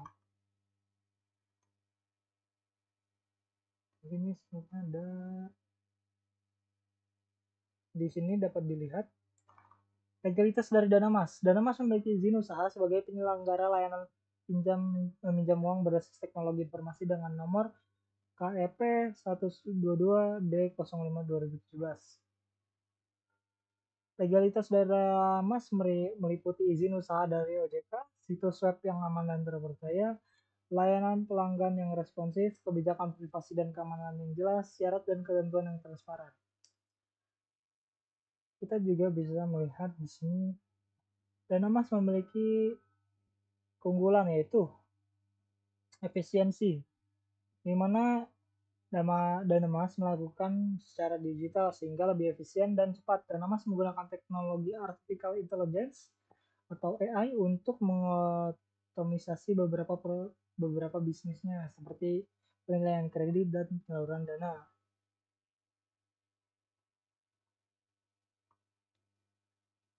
Selanjutnya kita ke pembahasan crowdfunding. Di sini kita pembahasan crowdfunding menggunakan kita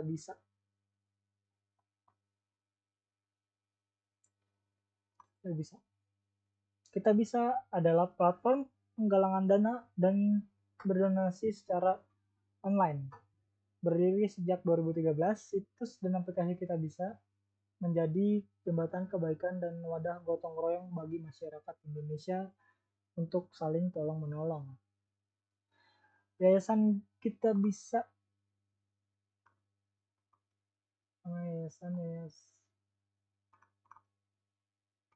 Yayasan kita bisa dengan badan hukum yayasan yang menjalankan fungsi sebagai operator seluruh kegiatan galang dana dan donasi di platform kita bisa, mulai dari pendaftaran, verifikasi galang dana, hingga pelaporan pada donatur maupun Kementerian Sosial. Operasi yayasan dibiayai dari donasi operasional platform sebesar 5% dan subsidi dari pendapatan PT Kita Bisa Indonesia.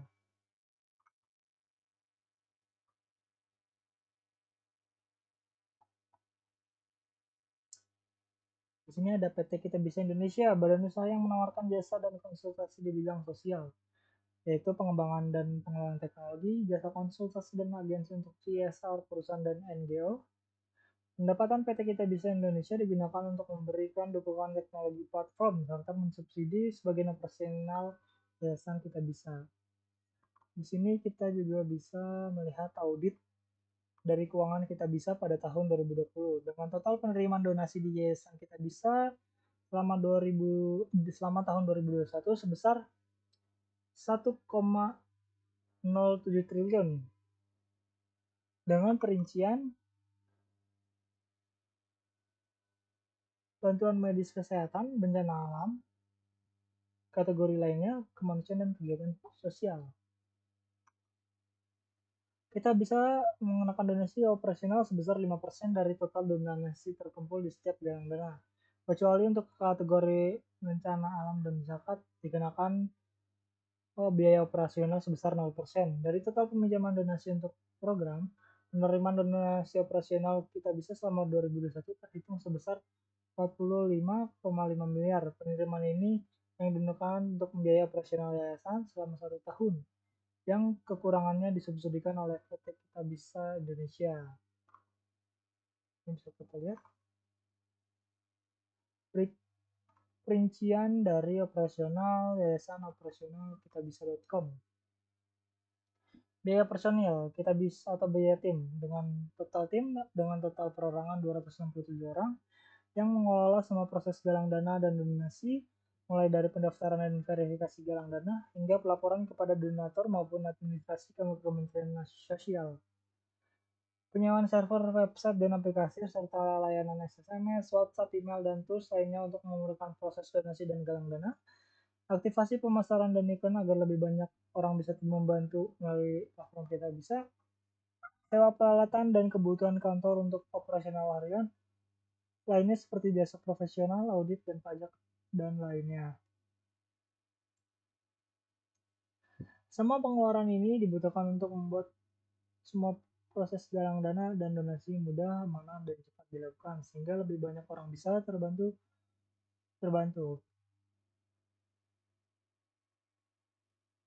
Legalitas dari ini adalah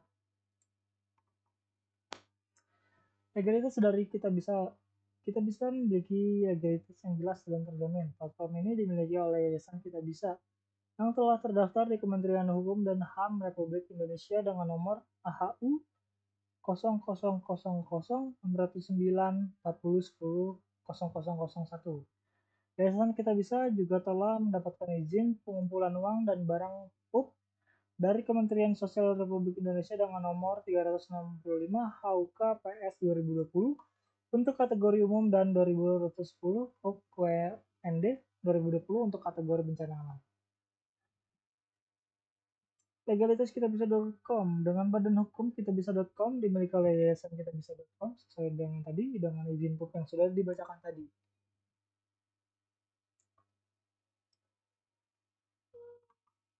Selanjutnya adalah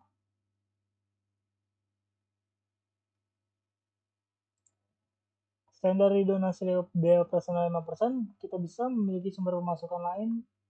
Nah, kita bisa memberikan donasi operasional sebesar 5% dan penggalangan dana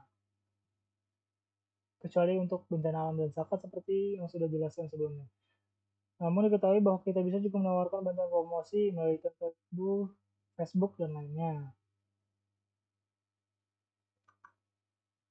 Agar kita bisa terus menjalankan misi kebaikan secara berkelanjutan, kita bisa melalui Badan Hukum PT Kita Bisa Indonesia juga memiliki sumber pemasukan dari jasa konsultasi dan agensi CSR perusahaan dan NGO. Sumber pemasukan ini juga mensubsidi sebagian biaya operasional yayasan Kita Bisa dengan operator penggalangan dana.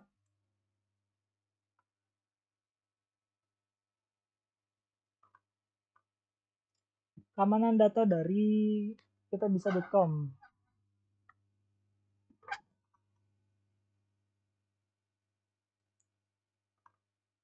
Nah, di sini kita bisa mengelola keamanan data secara serius. Platform teknologi kita bisa.com telah berhasil mencapai sertifikasi ISO 2021 untuk sistem manajemen keamanan informasi SKMK. Kami juga kita bisa juga tidak memperkenankan penggalangan mengakses dana donatur kecuali dengan persetujuan donatur. Seperti itu.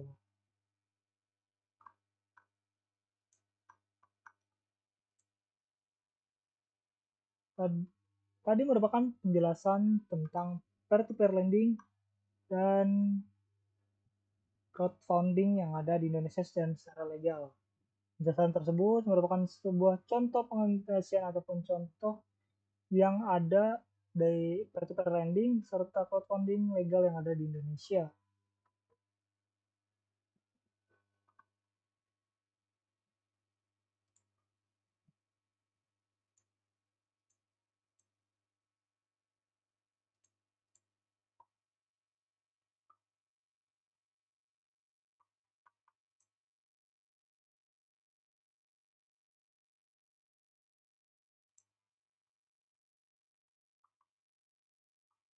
Selanjutnya kita akan membahas platform reksadana dan saham dalam proses investasi kita. Oke, platform yang kita pakai adalah Bibit yang untuk reksadananya. Bibit sendiri adalah platform investasi di Indonesia yang memungkinkan pengguna untuk berinvestasi dalam berbagai instrumen keuangan seperti reksadana, saham, dan obligasi. Bibit menawarkan akses mudah ke pasar keuangan bagi para investor dengan berbagai tingkat pengalaman, mulai dari pemula hingga investor yang lebih berpengalaman. Bibit juga menawarkan layanan berbasis aplikasi yang memungkinkan pengguna untuk memulai investasi dengan jumlah dana yang terjangkau. Ini membantu dalam memperluas akses ke instrumen keuangan yang sebelumnya mungkin sulit dijangkau oleh banyak orang. Ini ada keunggulan investasi reksadana di Bibit sendiri. Keunggulan Bibit, Bibit bisa membantu investor pemula untuk memulai investasi tanpa perlu pengalaman. Karena adanya teknologi robo advisor membantu seleksi reksadana yang berkualitas yang sesuai dengan profil risiko. Serta gratis biaya komisi, semua transaksi pembelian dan penjualan reksadana tidak dikenakan atau dipungut biaya komisi. Serta bisa mencairkan kapan saja, cairkan dan investasi kita kapanpun sewaktu kita butuhkan tanpa penalti. Dengan mulai 100.000 kita juga sudah bisa berinvestasi reksadana dengan tanpa memulai dengan modal yang besar. Selanjutnya ada bibit bisnis. Di sini bibit bisnis adalah investasi reksadana yang tepat bagi perusahaan yang ingin berinvestasi dengan mudah dan terjangkau. Layanan ini menawarkan berbagai fitur yang memudahkan perusahaan untuk berinvestasi, serta berbagai pilihan produk reksadana yang berkualitas. Layanan ini menawarkan berbagai fitur yang memudahkan perusahaan untuk berinvestasi, termasuk ini ada rekomendasi portofolio. Bibit akan merekomendasikan portofolio yang sesuai dengan profil risiko dan tujuan investasi perusahaan. Transaksi reksadana, perusahaan dapat melakukan transaksi reksadana dan dana secara online maupun aplikasi Bibit. Laporan investasi. Perusahaan dapat mengakses laporan investasi untuk memantau perkembangan investasi. Bibit bisnis telah terdaftar dan diawasi oleh OJK sehingga perusahaan dapat bersama bersama di aplikasi ini. Sini ada keunggulan dari bibit bisnis. Yang pertama, mudah dan terjangkau. Bibit bisnis menawarkan proses investasi yang mudah dan terjangkau. Perusahaan hanya perlu membuka akun, mengisi profil risiko, dan mengikuti rekomendasi dari bibit. Beragam pilihan produk. Bibit bisnis menawarkan berbagai pilihan produk reksadana dari berbagai manajer investasi ternama. Yang selanjutnya ada transparan. Bibit bisnis memberikan informasi transparan yang mengenai kinerja reksadana yang ditawarkan. Selanjutnya ada laporan investasi. Perusahaan dapat mengakses laporan investasi untuk memantau perkembangan investasinya. Bibit bisnis sendiri juga memiliki beberapa perbedaan dengan bibit yang lainnya. Yang pertama, tujuan. Dari segi tujuan, bibit bisnis diperuntukkan bagi perusahaan, sedangkan bibit biasa diperuntukkan bagi perorangan. Dengan fitur, bibit bisnis menawarkan fitur-fitur khusus bagi perusahaan seperti rekomendasi portofolio, transaksi reksadana, dan laporan investasi. Serta ada proses pendaftaran. Dan poster bisnis atau bibit bisnis harus memenuhi syarat tertentu seperti memiliki KTP perusahaan, SKDP, SUP, NIB, pendirian dan lainnya. Serta ada yang namanya Bibit Plus. Bibit Plus sendiri adalah layanan investasi yang tepat bagi pengguna yang ingin berinvestasi dengan lebih lengkap dan eksklusif. Layanan ini menawarkan berbagai fitur tambahan yang dapat membantu pengguna untuk memaksimalkan potensi investasi. Layanan ini menawarkan berbagai fitur tambahan seperti investasi di obligasi negara, SBN, dan obligasi retail Indonesia. Ini pencairan instan, fitur analisis.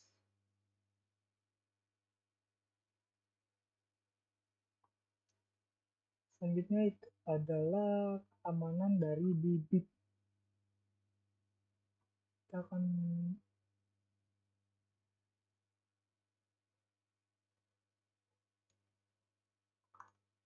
keamanan bibit. Keamanan bibit aplikasi investasi reksadana yang telah terdaftar dan diawasi oleh otoritas jasa keuangan atau OJK. Bibit telah memenuhi persyaratan dan ketentuan yang ditetapkan oleh OJK, termasuk keamanan data dan transaksi.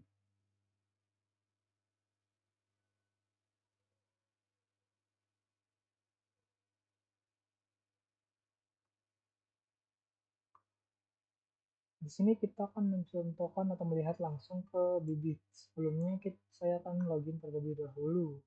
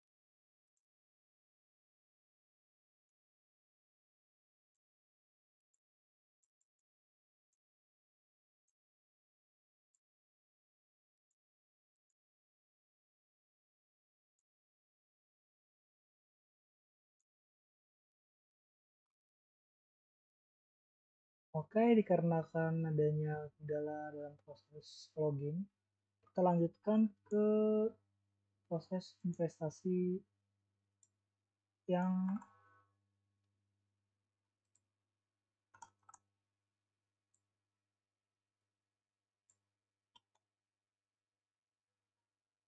proses investasi yang selanjutnya, yaitu kita menggunakan saham. Mana platform yang kita gunakan selanjutnya ada platform investasi yang kita gunakan dalam saham, yaitu adalah IPOT atau Indo Primer Sekuritas. PT Indo Primer Sekuritas adalah perusahaan penyedia jasa keuangan terintegrasi di bidang pasar modal yang melayani klien individu maupun korporasi berdasarkan izin Badan Pengawas Pasar Modal atau Otoritas Jasa Keuangan OJK dengan nomor KEP 11 PMPPPE 1996 pada tahun 2002. Founders dari Indo Primer membeli perusahaan efek ini dan dinamakan PT Indo Primer Securities yang kemudian berubah menjadi PT Indo Primer Securities pada tahun 2017. Sejak itu Indo Primer menjadi pelopor dalam berbagai bidang usaha efek di Indonesia. Hingga saat ini dari sisi pangsa pasar maupun kapasitas modal, Indo Primer telah tumbuh dan berkembang menjadi salah satu pelaku pasar modal terbesar dengan kapitalitas modal yang lebih tinggi dari 1,5 triliun per 31 Desember 2019. Serta visi dari Indo Primer sendiri atau iPod itu sendiri adalah to provide the most useful and ethical financial service and consequently to be known as one of Indonesia's great companies. Dan serta misinya sendiri adalah to empower investors to take control of their financial lives free from the high cost, complexities, conflict of interest, and connect people to capital market. Dalam bidang usahanya, Ini ada dalam bidang usahanya Indoprimer bergerak di bidang antara perdagangan efek, menjamin emisi efek, dan menjamin investasi nasabahnya.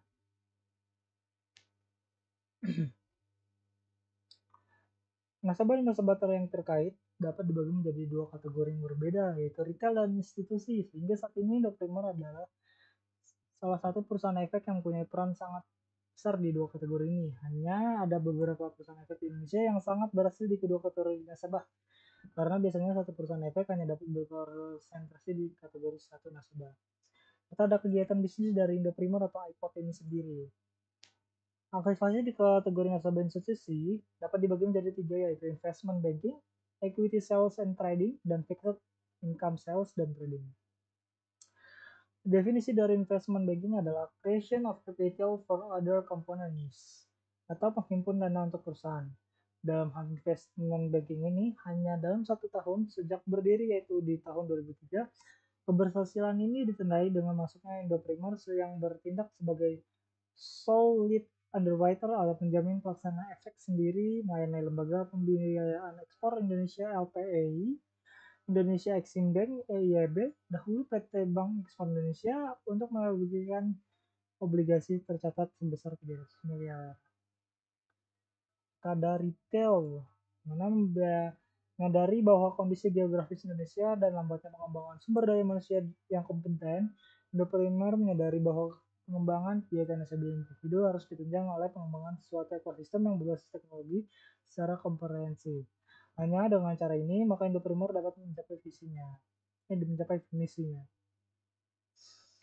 Pada tahun 2007 diluncurkan satu ekosistem keuangan yang berbasis teknologi, iPod Indoprimer Online Technology, sebagai cikal bakal platform edit solusi keuangan integritas dan menyeluruh bagi masyarakat luas.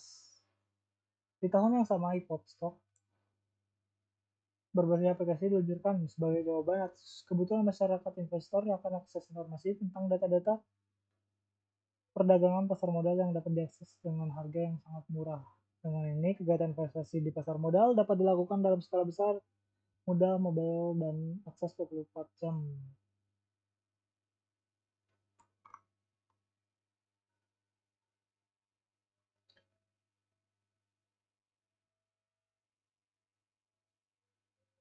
Selanjutnya ada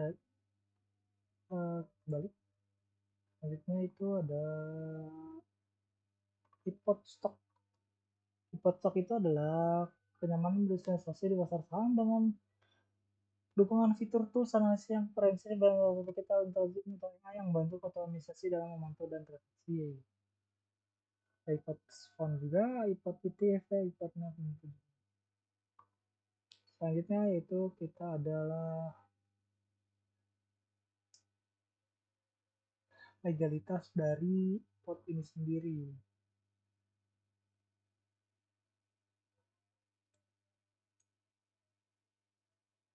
Legalitas dari iPod sendiri itu iPod merupakan platform investasi saham online yang dioperasikan oleh PT Indoprimer Sekuritas. PT Indoprimer Sekuritas telah terdaftar dan diafiliasi oleh Otoritas Jasa Keuangan OJK dengan nomor izin KEP 11 PMPE sampai 96.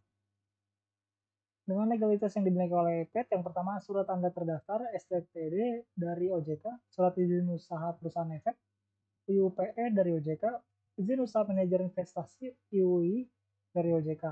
STTD adalah dokumen yang diterbitkan oleh OJK untuk membuktikan bahwa PT Indoprimer Sekuritas telah terdaftar sebagai perusahaan efek. IUPE adalah dokumen yang diterbitkan oleh OJK untuk membuktikan bahwa PT Indoprimer Sekuritas telah mendapatkan izin usaha sebagai perusahaan efek. Atau IUI adalah dokumen yang diterbitkan oleh OJK untuk membuktikan bahwa PT Indoprimer Sekuritas telah mendapatkan izin usaha sebagai manajer investasi. Selanjutnya kita akan melakukan simulasi ataupun praktiknya langsung. Di sini kita sudah bisa, kebetulan iPod memiliki iPod website. Kita bisa lihat di sini adalah saat ini jam 3:04. Itu masih buka dari indeks sesi 2. Mana sesi pertama itu dimulai dari jam 9 sampai jam setengah 12 siang, dan dilanjutkan dari jam setengah 2 hingga jam setengah 4 sore. Karena di sini bursa masih buka, kita akan melihat contoh-contoh beberapa top companies. Di sini ada tampilannya, top companiesnya. Oke, di sini ada juga lain dan lainnya. Di sini merupakan sebuah tampilan dari iPod website. Di sini ada indeks, di sini ada kurs. Kita tapi di sini fokus kepada saham. Di sini ada indeks IHSG, di sini hijau. Di sini kita lanjutkan ke saham yang menarik, yaitu adalah BBCA, adalah top company besar. Kita bisa buka. Di mana di fitur dari pot di sini cukup lengkap karena kita bisa melakukan charting, di mana kita bisa melihat chart. Biasanya di sini sudah dilakukannya. Di sini ada indikator yang sudah saya tandai. Dan di sini kita juga bisa melakukan indikator manual lainnya, seperti kita bisa melakukan line chart. Di sini biasanya kita melakukan indikatornya itu per tuh. Di sini per 1 menit. Oh, di sini karena B. Di sini dalam 1 hari BBCA mengalami peningkatan yang cukup efisien. Selanjutnya kita balik. Sini selanjutnya adalah ada perusahaan saham yang menarik buat kita pantau, yaitu adalah Akra.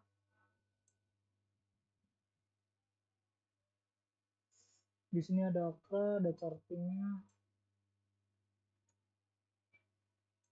Di sini kita bisa melakukan indikator. Biasanya saya itu menggunakan mass index dan ataupun momentum. Biasanya karena ini Akra itu jangka panjang, kita melakukan indikator menggunakan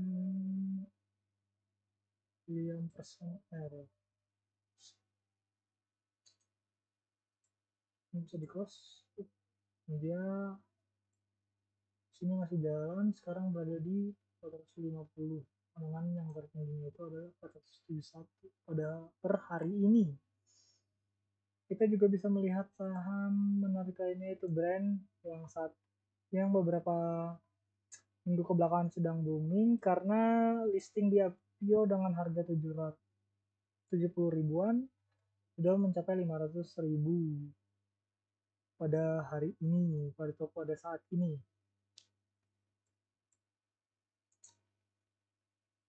Serta pemilik dari saham brand. Kita belum masuk ke brand. Nah, ini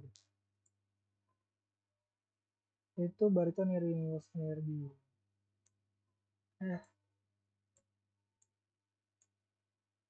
Ini adalah chart brand. Per hari ini brand menyentuh harga 5.300 dengan high-nya itu 5.500, yang berarti 530.000 pada saat ini. Brand ini merupakan perusahaan yang menarik pada IPO dengan listing harga 70 ribuan, sekitar 70 ribuan, 76 ribuan. Dengan per hari ini yaitu mencapai 520 ribu. Itu merupakan salah satu penaikan jumlah saham yang menarik. Itu makanya di sini investasi saham merupakan investasi yang cukup menarik, tetapi investasi saham baik digunakan untuk investasi jangka panjang, dikarenakan investasi saham akan terasa hasilnya jika sudah sekitar 5 tahun. Oke, sini kita back.